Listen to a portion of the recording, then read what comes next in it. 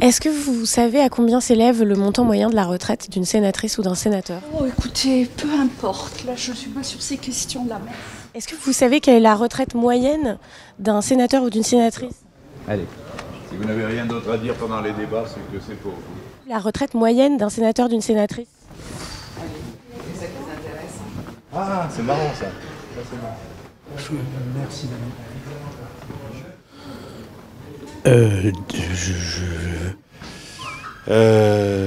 Oui. Enfin, non.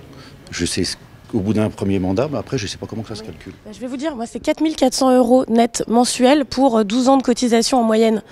Sachant que la retraite moyenne d'un Français, c'est 4 400 € net mensuels pour 40 ans de cotisation. Ça vous paraît pas gênant? Je pense que c'est pas le sujet. Ah bon? Il n'y a pas une différence quand même assez énorme entre votre traitement et celui des Français? J'ai envie de lancer une polémique, moi ça m'intéresse pas, quoi. Je crois qu'on cotise beaucoup plus, que le régime est autonome. Voilà, après, ce régime, il a existé avant que je sois élu, il existe toujours. Un jour, il sera réformé. Je ne pense pas que ce soit la question centrale, vous voyez, de la démocratie. Merci, madame. Quand on sait qu'on demande aux Français de faire des efforts. C'est un engagement. Tous les jours, les 35 heures, on les fait en 2 jours et demi. Je ne pense pas que ce soit un privilège. 4 400 € net mensuels, c'est quand même énorme. Oui, mais bon, je dirais, à ce moment-là... écoutez, c'est été mis comme ça. Bon, après, si ça peut être mis à plat, moi, je ne serais pas contre. Hein. Personnellement, je ne serais pas contre. Hein. Sur les régimes spéciaux, vous avez décidé la suppression de 5 régimes spéciaux, donc, mais vous décidez de ne pas toucher à votre propre régime autonome. Pourquoi demander aux Français de faire des efforts alors que vous décidez de ne pas en faire? Mais c'est faux. Qu'est-ce qui vous permet de dire ça?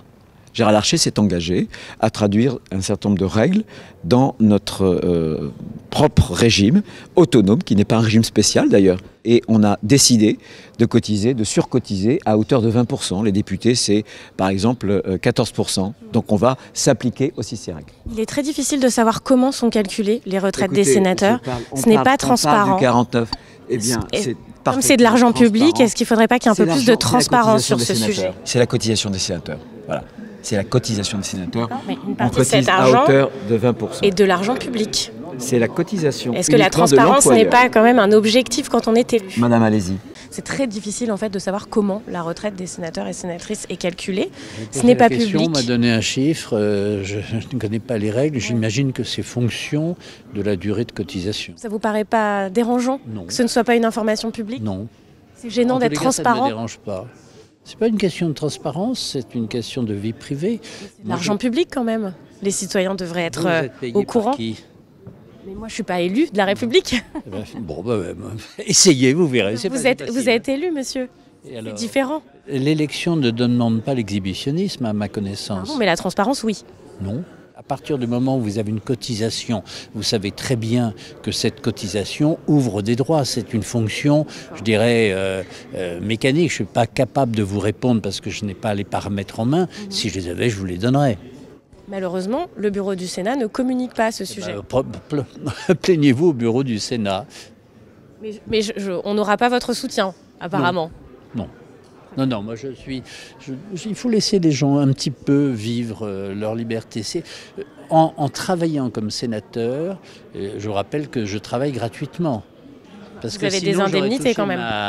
Oui, non, je veux dire que si je touchais mes retraites aujourd'hui, je gagnerais exactement à 1 000 € près le même résultat. Donc je considère que je travaille pour 1 000 € par mois. Je suis désolé de le dire, mais il faut se comparer à des responsables d'une administration et nous sommes plutôt moins bien lotis qu'un préfet ou qu'un ambassadeur. Je ne suis pas un Français moyen.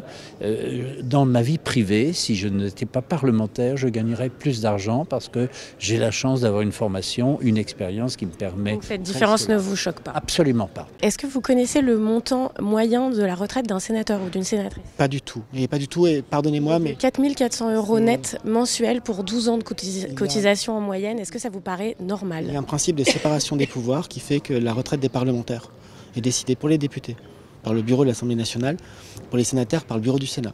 Je suis membre du gouvernement, respectueux de la séparation du pouvoir, donc je vous invite à vous rapprocher du Sénat. Est-ce que vous connaissez le montant moyen de la retraite d'un sénateur ou d'une sénatrice? Je lis Mediapart. 4 400 € net mensuel. Je connais des choses que je ne connaissais pas. C'est pas ça. 4 400 € net mensuel pour 12 ans de cotisation. Est-ce que vous trouvez ça normal, juste?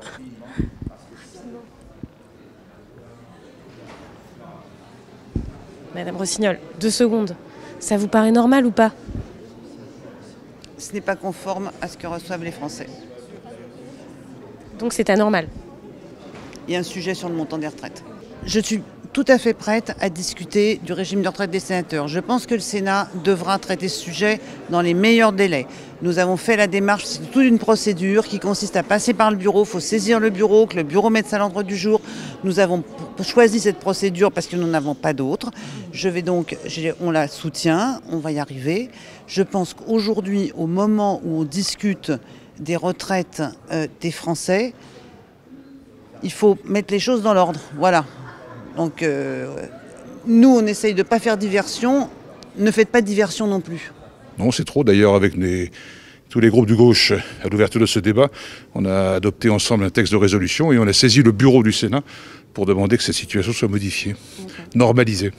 Bon, ça me paraît normal que les sénateurs aient une retraite meilleure que la moyenne des Français, si on la compare au cadre, mais elle me paraît anormale, et surtout ce qui me paraît tout à fait anormal, c'est que mes collègues décident de supprimer des régimes spéciaux qui sont au fond des histoires où, selon les conditions de travail, chacun avait obtenu des améliorations possibles et ne regardent pas notre propre régime de retraite. Oui, ça c'est vraiment, à minima, si on considère qu'il faut supprimer les régimes spéciaux, il faut commencer par balayer devant sa porte et supprimer le nôtre ou le modifier en tous les cas. Oui. Moi, certes, le régime est autofinancé, il n'y a pas de souci. Néanmoins, c'est sur les fonds du Sénat. Les fonds du Sénat sont eux-mêmes abondés, excusez-moi, je suis un peu fatigué après toutes ces journées, par des fonds publics.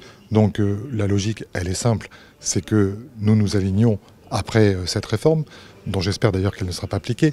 Ça, c'est notre problème, mais quand bien même, au-delà de tout ça, j'espère juste qu'on va s'aligner sur quelque chose qui soit commun, virgule, et normal. Vous trouvez ça normal, par exemple, qu'il soit impossible de savoir comment est exactement calculée votre retraite? On a fait des demandes, nous, à Mediapart, le bureau du Sénat refuse de nous répondre. Je ne sais pas, c'est le bureau et le président qui peut décider. Ce manque de transparence, il est normal? Non, pas du tout. Il faut être à transparence à tous les étages. Du haut en bas, il faut la transparence. C'est une condition sine qua non de la démocratie. Mediapart.